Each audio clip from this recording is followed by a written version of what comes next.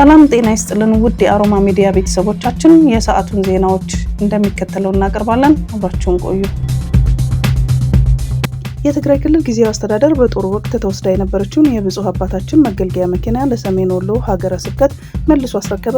የትግራይ ክልል ጊዜያዊ አስተዳደር የሰሜን ወሎ መንበረ ጵጵስና ሀገረ ስብከት ንብረት የሆነችውንና ለአባቶች መንፈሳዊ፣ ማህበራዊና አስተዳደራዊ ስራ ተመድባ አገልግሎት ስትሰጥ የነበረ ቶዮታ ፕራዶ መኪና ለሀገረ ስብከቱ መልሶ አስረክቧል። ተሽከርካሪው ከ2013 እስከ 2014 ዓ.ም በነበረ የእርስ በርስ ጦርነት ወቅት በትግራይ ኃይሎች ተወስዳ የነበረችውን ቢሆንም ጊዜያዊ አስተዳደሩ በእርቅ አሰባሳቢነትና አስተዋይነት በሰጠው የበሰለ አመራርና ውሳኔ ለሀገረ ስብከቱ አስረክቧል። ከትግራይ ክልል ጊዜያዊ አስተዳደር ተረክበው ያመጡት የሀገረ ስብከቱ ልዑካንም ለብፁዓን አበው ሊቃነ ጳጳሳት የመኪናውን ቁልፍ አስረክበዋል። ብፁዕ አቡነ ቄርሎስና ብፁዕ አቡነ ኤርሚያስ የሀገረ ስብከቱ ሊቃነ ጳጳሳት የክልሉ ጊዜያዊ አስተዳደር ለቤተ ክርስቲያን ክብር በመስጠትና የቤተ ክርስቲያን ሁለንተናዊ አገልግሎት እንዳይስተጓጎል በማሰብ ለሰጠው በጎነት የተሞላበት አዎንታዊ ምላሽና ውሳኔ አመስግነዋል።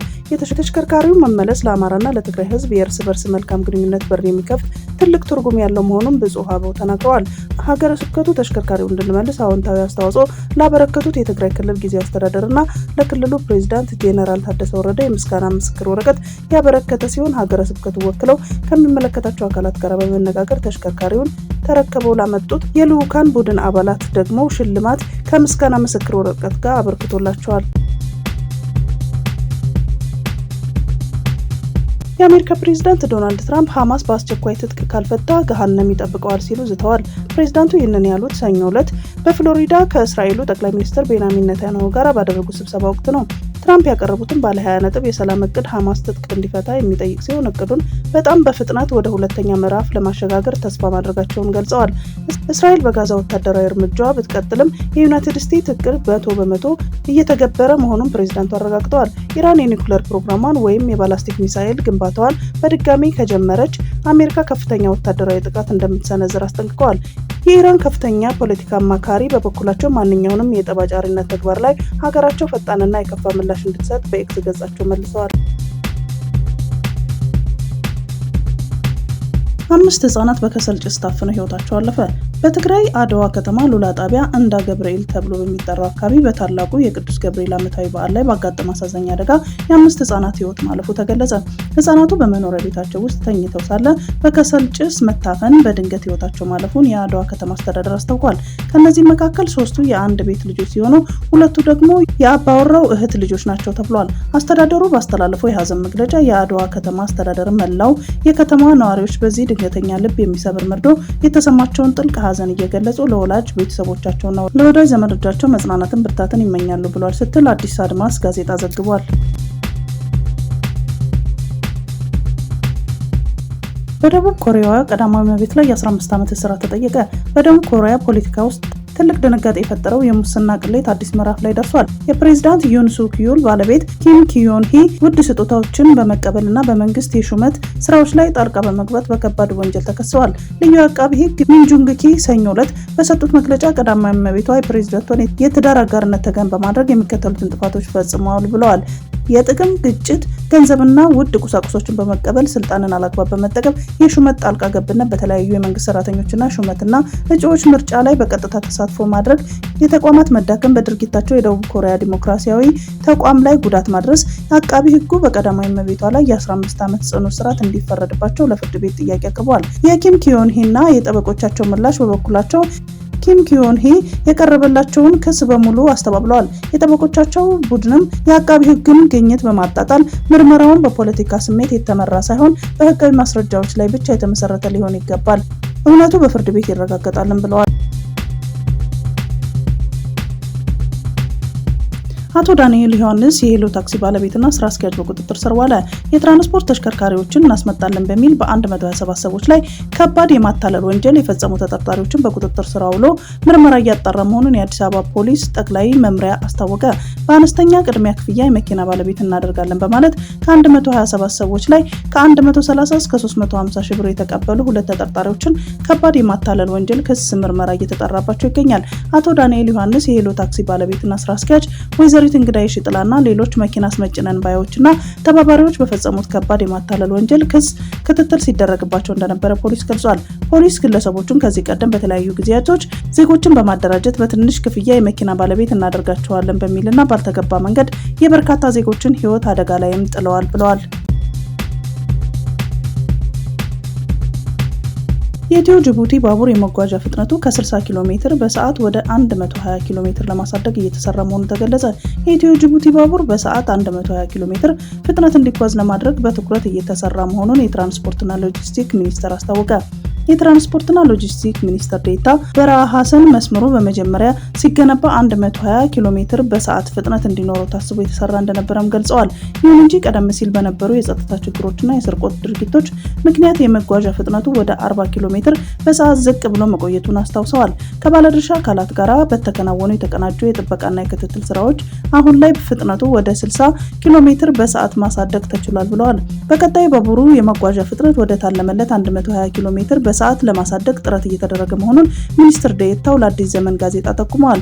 የባቡር ትራንስፖርት ባለሙያዎች ስራውን ከተረከቡ በኋላ የጥገና ወርክሾፖችን በማጠናከርና የቴክኒክ አቅማቸውን በማሳደግ የሚገጥሙ ችግሮችን በፍጥነት የመፍታት አቅም መፍጠሩንም ለፍጥነቱ መጨመርና ለስራው ቅልጥፍና ከፍተኛ አስተዋጽኦ እያበረከተ እንደሚገኝም ተገልጿል። በወልዲያ ከተማ የኮንዶም እጥረት መኖሩ ተነገረ። በወልዲያ ከተማ የኤችአይቪ ኤድስ ቫይረስን ለመከላከል የሚረዳ ኮንዶም እጥረት በመኖሩ ለሁሉም ሰው ተደራሽ ማድረግ እንዳልተቻለ የወልዲያ ከተማ አስተዳደር ጤና መምሪያ አስታውቋል። የመምሪያው የኤችአይቪ ዘርፍ ብዙ ምላሽ አስተባባሪ አቶ ሰይድ ኢማም እንደተናገሩት አሁን ላይ በከተማው የኤችአይቪ ኤድስ ቫይረስ ስርጭት እየጨመረ ይገኛል። እየጨመረ የመጣውም የበሽታውን ስርጭት ለመከላከል ይበልጥ ተጋላጭ የሆኑ የህብረተሰብ ክፍሎች ላይ ትኩረት በማድረግ የኮንዶም ስርጭት ሲከናወን መቆየቱን አቶ ሰይድ ተናግረዋል። በተለይም ደግሞ በወሲብ ንግድ ሰራተኞች አሽከርካሪዎች ላይ ትኩረት በማድረግ ኮንዶምን የማሰራጨት ስራዎች መስራታቸውን ጠቅሰው በተፈለገው ልክ ተደራሽ ማድረግ አልተቻለም ነው ያሉት። ለሁሉም ሰው ተደራሽ እንዲሆን በሚያስችል መልኩ ከሚመለከተው አካል ድጋፍ ለማግኘት ቢታዘዝም ለከተማ የሚቀርበው የኮንዶም መጠን በቂ አለመሆኑን እጥረት እንዲያጋጥም አድርጓል። በሌላ በኩል የሆቴል ባለቤቶች የቀረበላቸውን ኮንዶም ለተፈለገው ዓላማ ከመዋል ይልቅ ለሽያጭ የሚያቀርቡበት ሁኔታ መኖሩ ተጠቁሟል። የጤና መምሪያው ለጉዳዩ መፍትሄ ለማምጣት የኤችአይቪ ኤድስ ቫይረስ ስርጭት መከላከልና ቁጥጥር ላይ ያተኮረ ምክክር ከሚመለከታቸው አካላት ጋር አካሂዷል። እንደዚሁም ዜጎች ከበሽታቸው ለመከላከልና እያጋጠመ ያለውን የኮንዶም እጥረትን ለመቅረፍ ደሴ ላይ ከሚገኙ አካላት ኮንዶምን በበቂ መጠን ለመረከብ የሚያስችል ስራ እየተሰራም እንደሚገኝ አቶ ሰይድ ጨምረውም ገልጸዋል። ታዋቂው ቦክሰኛ ከመኪና አደጋ ለጥቂት ከሞት ተረፈ። ብሪታንያው የከባድ ሚዛን ቦክሰኛ አንቶኒ ጆሹዋ ናይጄሪያ ውስጥ በተከሰተ የመኪና ግጭት አደጋ ነው ከፍተኛ ጉዳት የደረሰበት። አደጋው የደረሰው ከሌጎስ እስከ ኢባዳን በሚወስደው የፍጥነት መንገድ መከሰቱን የኦጉን ስቴት ፖሊስ አዛዥ ገልጸዋል። በተከሰተው የመኪና ግጭቶች አደጋ የሁለት ሰዎች ሕይወት ማለፉ ተገልጿል። አንቶኒ ጆሹዋ በቅርቡ ከታዋቂ ዩቲዩበር ጄክ ፓል ጋር ያደረገውን የቡጢ ፊልማ በዝረራ ማሸነፉ ይታወቃል። ኢትዮ ቴሌኮም ታሪፉ ላይ ጭማሪ ማድረጉን አስታወቀ። ኢትዮ ቴሌኮም የካፒታል ወጪዎችን ለመሸፈን የግድ ታሪፍ ማሻሻያ ለማድረግ ተገድጃለሁ ብሏል። ኢትዮ ቴሌኮም ምን ያህል የዋጋ ማሻሻያ እንደጨመረ ያለው ነገር የለም። ሳፋሪኮም ኢትዮጵያ ሰሞኑን የ80 በመቶ ታሪፍ ጭማሪ ማድረጉ ይታወሳል። የዩክሬን ጦር በሩሲያ ፕሬዝዳንት ቭላድሚር ፑቲን የመንግስት መኖሪያ ላይ ከ90 በላይ የካሚካዜ ድሮኖች በመተኮስ ጥቃት መፈጸሙ ተከትሎ የአሜሪካ ፕሬዝዳንት ዶናልድ ትራምፕ በዜናው መደናገጣቸው የክሬምሊን የውጭ ጉዳይ አማካሪ ዩሪ ኢሻኮቭ ገለጹ። አማካሪው ለሩሲያ መገናኛ ብዙሃን እንደተናገሩ ሰኞ ፕሬዝዳንት ፑቲን እና ፕሬዝዳንት ትራምፕ መካከል የስልክ ውይይት ተደርጎ ነበር። ትራምፕ በውይይቱ ወቅት ስለ ጥቃቱ ሲሰሙ ኪየቭ እንዲህ ያለ እብደት ትፈጽማለች ብዬ ገምቼ አላውቅም በማለት መደናገጣቸውንና መቆጣታቸውን ኢሻኮቭ ተናግረዋል። ሞስኮ ዛሬ ባወጣቸው መግለጫ ዩክሬን በኖቭጎሮድ ክልል በሚገኝ የፑቲን መኖሪያ ላይ 91 ድሮኖች በማዝመት ጥቃት መፈጸሟን አስታውቋል። የሩሲያ ወገን እንዲህ አይነት የኃላፊነት የጎደለው ድርጊት ያለ አጸፋ መልስ እንደማይታለፍ ግልጽ አድርጓል ያሉት ኡሻኮቭ አሜሪካውያን ይህንን የሩሲያ አቋም በትክክል ሊረዱት እንደሚገባ አሳስበዋል። ክሬምሊን አክሎሉ ይህንን ጥቃት ተከትሎ ሩሲያ ከዚህ ቀደም በሰላም ንግግሮች ዙሪያ የደረሰባቸው ስምምነቶችና አቋሞች እንደምትከልስ አስጠንቅቀዋል። በሌላ በኩል የዩክሬን ፕሬዝዳንት ቮሎዲሚር ዜሌንስኪ ክሱን አስተባብለዋል። ፕሬዝዳንቱ እንዳሉት ሞስኮ በፑቲን መኖሪያ ላይ ጥቃት ተፈጽሟል የምትለው በአሜሪካና በዩክሬን መካከል እየታየ ያለውን የዲፕሎማሲ እድገት ለማጨናገፍና በኪየቭ የመንግስት ተቋማት ላይ ጥቃት ለመሰንዘር ሰበብ ለመፍጠር ነው ሲሉ ተከራክረዋል። የአዲስ አበባ ከተማ አስተዳደር የአሽከርካሪና ተሽከርካሪ ፈቃድ ቁጥጥር ባለስልጣን የተሟላ የተሽከርካሪ መሰረታዊ ሰነዶችን አሟልተው ሳያስረክቡ የተሽከርካሪ ገዢዎችን ወደ ተቋሙ የሚልኩ እንዲሁም ጉዳይ አስፈጻሚ በመመደብ በተገልጋይ ተጨማሪ ክፍያን የሚቀበሉ አስመጪዎችን ከአሁን በኋላ በተቋሙ አገልግሎት እንዳያገኙ አገደ።